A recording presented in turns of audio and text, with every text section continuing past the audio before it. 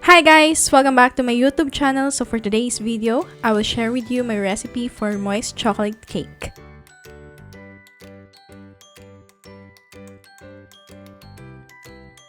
Ang mga ingredients na kailangan natin: all-purpose flour, sugar,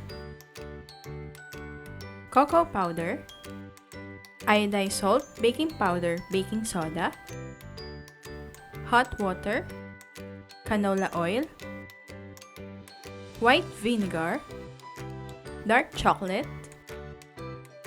unsalted butter, and all-purpose cream or heavy cream.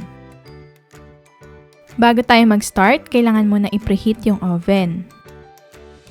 In a mixing bowl, pagsasama-samahin lang natin lahat ng dry ingredients. Gumamit din ako ng strainer para maging smooth yung cake mix natin. I-mix lang natin ang all-purpose flour, cocoa powder, baking powder,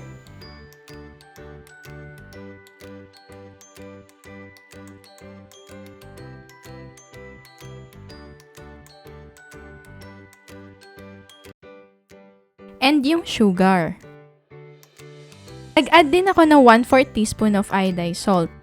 Imimix ko lang and then isusunod na natin yung wet ingredients. Lagay natin yung hot water, canola oil, and then imix natin yung baking soda sa white vinegar.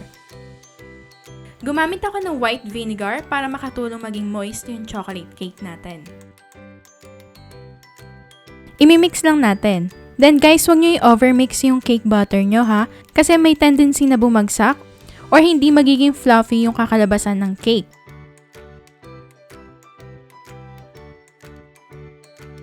After natin ma-mix yung cake batter natin, gumamit lang ulit ako ng strainer para maging smooth yung cake natin.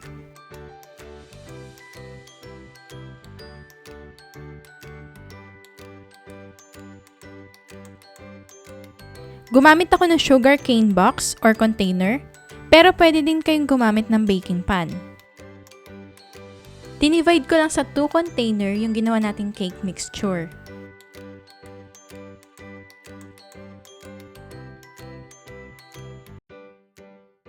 Before baking our cake, kailangan muna natin i-top yung baking pan para makasigurado tayong walang bubbles yung top ng cake natin. Pwede na natin i-bake yung cake sa temperature na 350 degrees Fahrenheit or 175 degrees Celsius ng 25 minutes.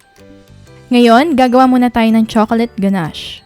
I-melt lang natin yung dark chocolates. Uunahin ko sa all-purpose cream. Pag medyo mainit na yung cream natin, pwede tayo mag-add ng chocolates.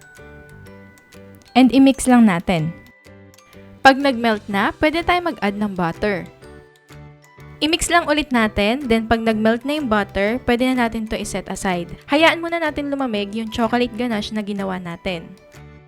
Luto na yung chocolate cake natin. Pwede muna natin to ilagay sa cooling rack at intayin muna natin lumamig na mga 15 to 30 minutes.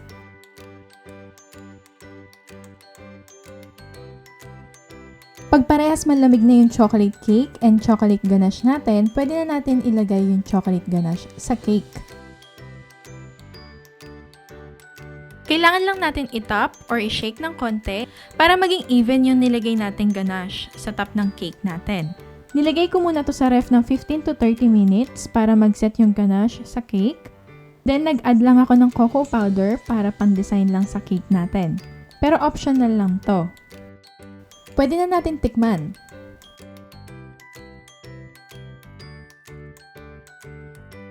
Ang sarap guys! Pwedeng-pwede yung gayahin yung ginawa natin ngayon.